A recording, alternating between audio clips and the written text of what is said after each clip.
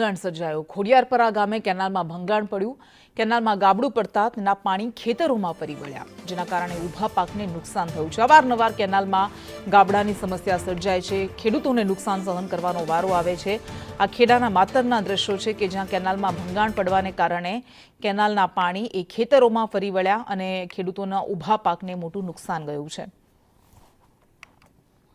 તો હજારો લીટર પાણી ખેતરોમાં ફરી વળ્યું। એક તો પાણીનો વ્યય થયો, વેડફાટ થયો, હજારો લીટર પાણી વેડફાઈ ગયું અને બીજી બાજુ ઊભા પાકને નુકસાન થયું। વધુ વિગત સાથે સંવાદદાતા કરુણેશ આપણી સાથે જોડાયેલા છે। કરુણેશ, શું વધુ વિગત? જી કે સમગ્ર જે ઘટના છે એ માતર તાલુકાની છે। માતર તાલુકાના ખડિયારાપુરા જે ગામ છે ત્યાંથી કેનાલ પસાર થાય છે। જે કેનાલમાં મસ્ત મોટું ગાબડું પડ્યું, એટલે ભ્રષ્ટાચારની કેનાલમાં પોલ ખુલી ગઈ અને ગાબડું પડી ગયું, કારણે હજારો લીટર જે પાણી છે તે ઊભા ખેતરમાં વહી જવાના કારણે ખેતરમાં ઊભા જે પાક છે તેને વ્યાપક નુકસાન પહોંચ્યું છે।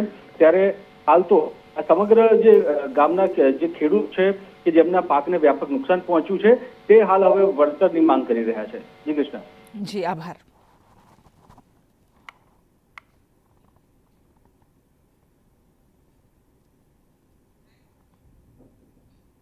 આ તરફ